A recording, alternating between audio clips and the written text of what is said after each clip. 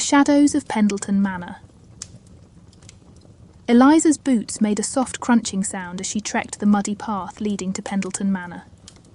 The grey clouds overhead mirrored the bleakness of the moors, with only the occasional caw of a distant crow breaking the eerie silence.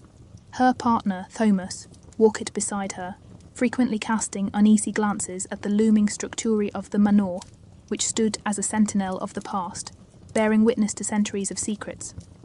"They say the manor is cursed," Thomas began, pulling his coat tighter against the chilling wind. "Villagers avoid it, especially after sundown. Even the bravest souls won't venture near the whispering pines." Eliza looked at the dense woods they were approaching, their trees twisted and gnarled. "Superstitions often have a kernel of truth," she replied.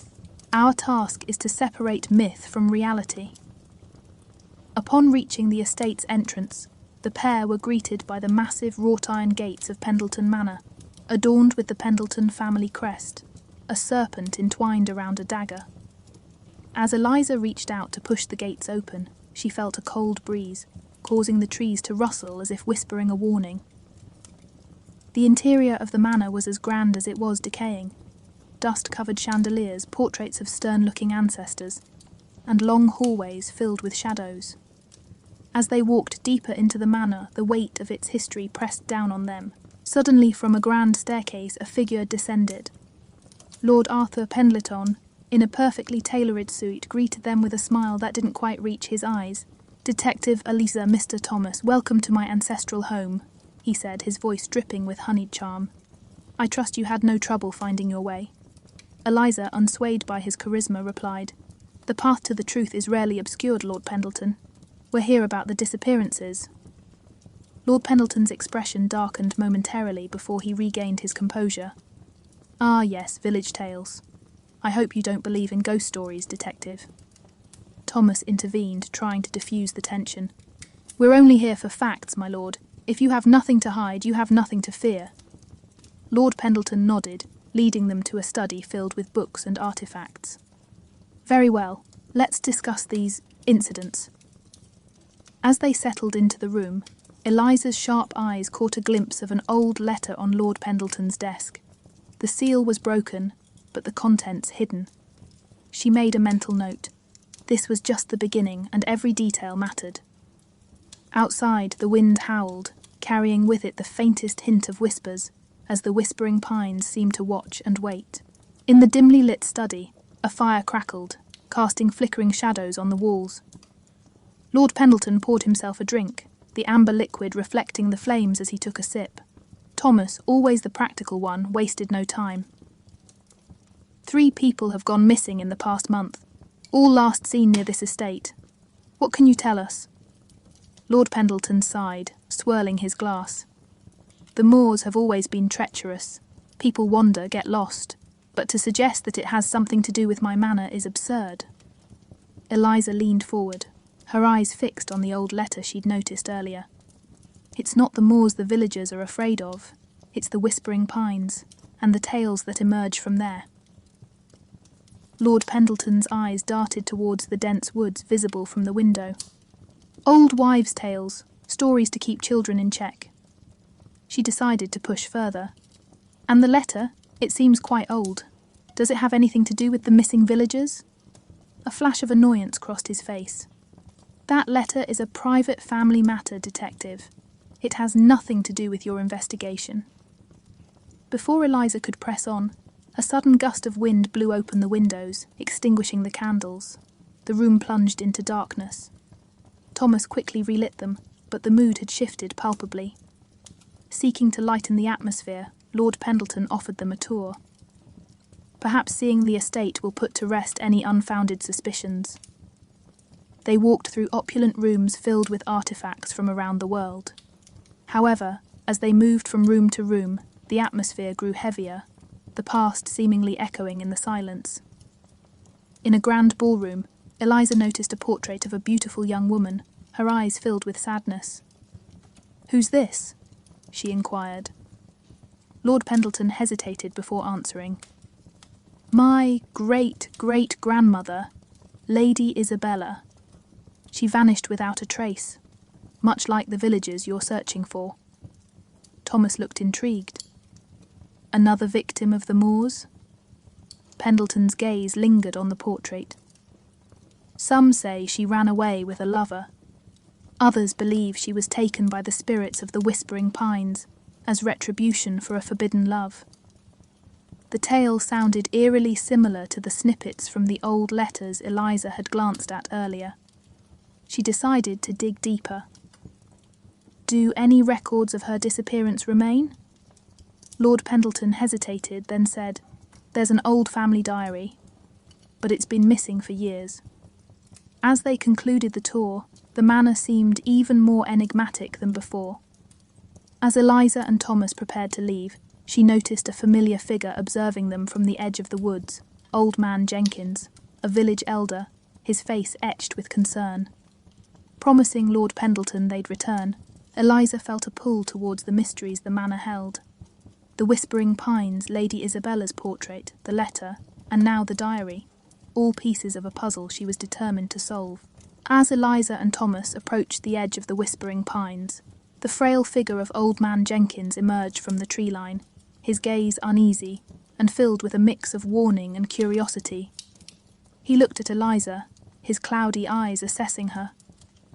"You tread on dangerous ground, young detective," he murmured, his voice hoarse. Eliza, not one to be easily intimidated, replied, "We seek the truth, old man, about the disappearances and the stories tied to Pendleton Manor." Jenkins leaned on his walking stick, his face creased with wrinkles deepened by time and worry. "The stories you've heard are but half-truths. The real tale is darker, and few in the village dare speak of it." Thomas, always the skeptic, crossed his arms. "We need facts, not tales. Can you help or not?" Jenkins glanced at the setting sun, its crimson rays setting the moors ablaze. "Not here," he whispered. "Meet me at the village inn when night falls. I'll share what I know." That evening, as promised, Jenkins waited for them in a dimly lit corner of the inn. The room was filled with low murmurs, but a hush fell as Eliza and Thomas approached Jenkins' table. Pouring himself a drink, Jenkins began. "Centuries ago, the Pendleton family wasn't the noble line they're now known as. They were cunning, treacherous, involved in smuggling and dark rituals. Their wealth came at a price. For every fortune made, a life was taken." Eliza listened intently, trying to connect the dots. "And Lady Isabella?" Jenkins sighed. "She was different. Kind-hearted, she fell in love with a villager, but her family, seeking to protect their reputation, forbade it. One night she disappeared. Some say she ran away, but most believe she was silenced by her own kin." Thomas frowned. "But what does that have to do with the recent disappearances?" Jenkins leaned in closer. "Every few decades, when the skies turn a certain shade and the moors wail in the wind, people go missing. It's said Lady Isabella's restless spirit seeks vengeance, aided by the spirits of the woods, the Whispered."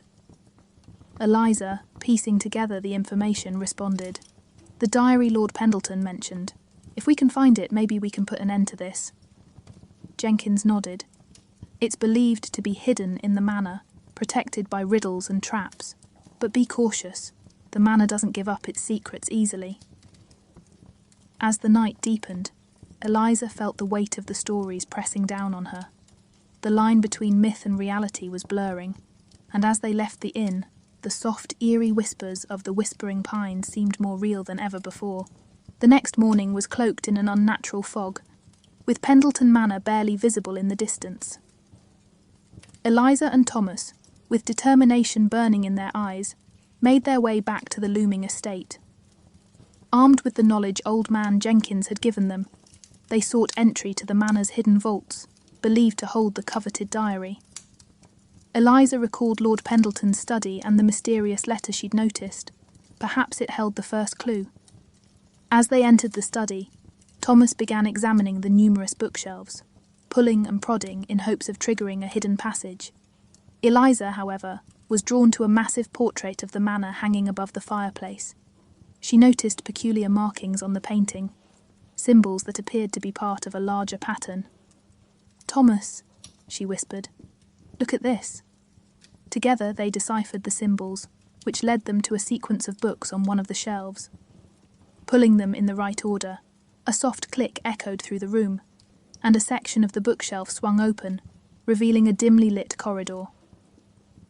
The air was dense with age and secrecy. Cobwebs clung to the walls, and the scent of mould was pungent.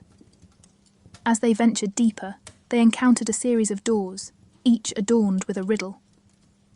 The first door had a plaque that read, "I speak without a mouth and hear without ears. I have no body, but I come alive with the wind. What am I?" Thomas pondered, then exclaimed, "An echo!"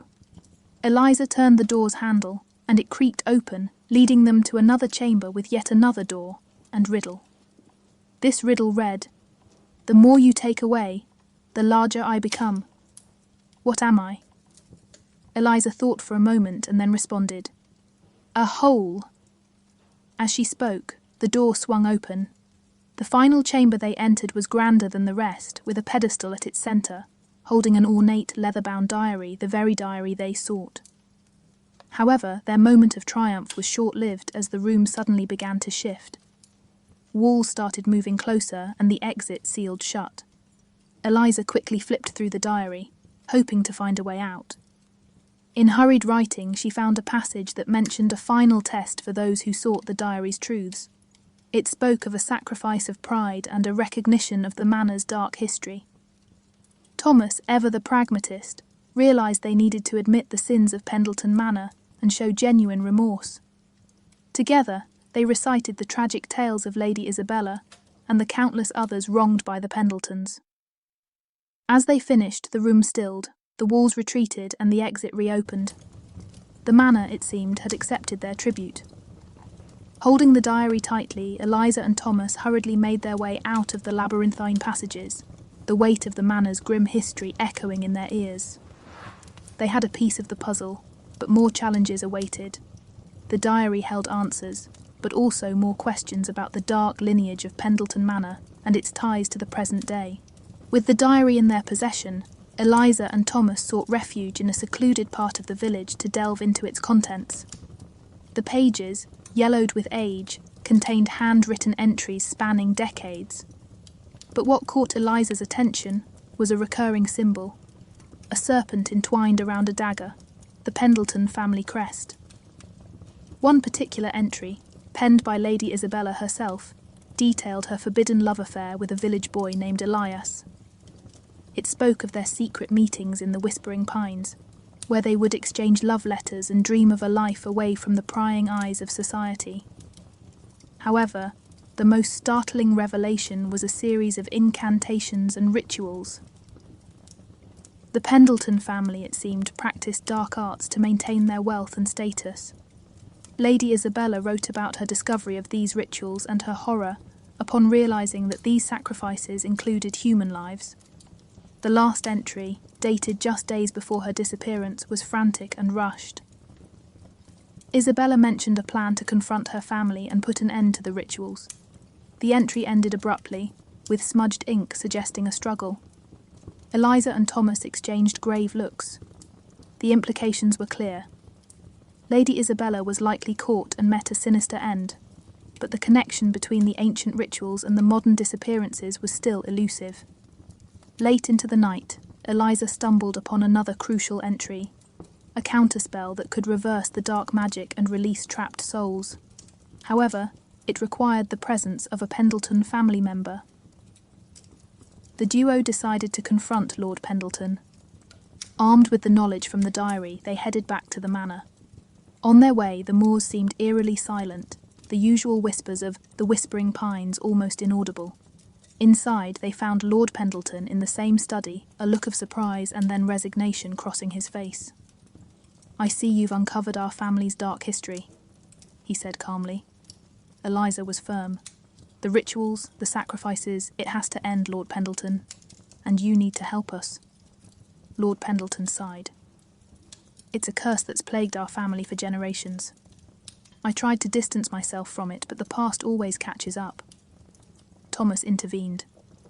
"We have a counterspell, but we need you to perform it." The ritual was set for midnight. With Lord Pendleton leading, they recited incantations in the heart of the Whispering Pines. As the final words were spoken, a gust of wind tore through the woods, and ghostly apparitions emerged. Villagers, long lost, and at their helm, Lady Isabella, her face etched with sorrow. As dawn approached, the spirits one by one found peace, their ethereal forms fading away, leaving the woods silent but for the sounds of nature. Exhausted but resolute, Eliza, Thomas, and Lord Pendleton emerged from the Whispering Pines, the curse of Pendleton Manor finally broken. The village would see no more mysterious disappearances, and the souls of the past could finally rest. In the aftermath of the ritual, Pendleton Manor stood under a different light, no longer a looming symbol of dread but a testament to history and redemption. The village, abuzz with tales of the ghostly apparitions and the lifting of the curse, looked at the Pendleton estate with a mix of reverence and relief. Lord Pendleton, carrying the weight of his family's sins, decided to transform the manor into a memorial and museum, dedicated to those who suffered due to his family's dark past. With a portion of the estate's wealth, he funded scholarships for the village's youth and set up support for families of those who had disappeared. Eliza and Thomas were hailed as heroes.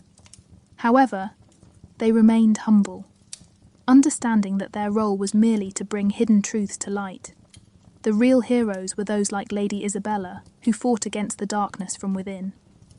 One evening, as the sun set over the moors, painting the sky with shades of purple and gold, Eliza and Thomas visited the heart of the Whispering Pines.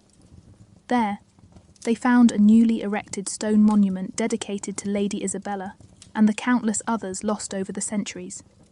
The inscription read, "In memory of those who sought love and truth in the face of darkness." Old Man Jenkins approached the duo, a soft smile on his face. "The woods are silent now, but it's a peaceful silence," he murmured, placing a bouquet of wildflowers at the base of the monument. As Eliza and Thomas prepared to leave the village, they realized that while they had come in search of a killer, they had instead uncovered a tale of love, sacrifice, and redemption. Their journey had been a reminder that often, the line between good and evil, past and present, is blurred, and the real battle is within. The train whistle echoed in the distance as they boarded, the sprawling moors and the silhouette of Pendleton Manor visible on the horizon. Their adventure in the village might have concluded, but the lessons learned and memories forged would stay with them forever. And as the train chugged forward, the Whispering Pine stood tall and silent, its tales of horror replaced with whispers of hope and a promise of a brighter future.